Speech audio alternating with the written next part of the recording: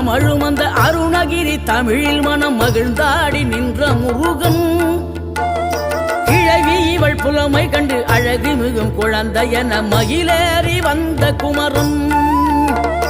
ஆதிசிவன் பிள்ளையன ஆனைமுகன் தம்பியன ஞான பழமான முதல்வன்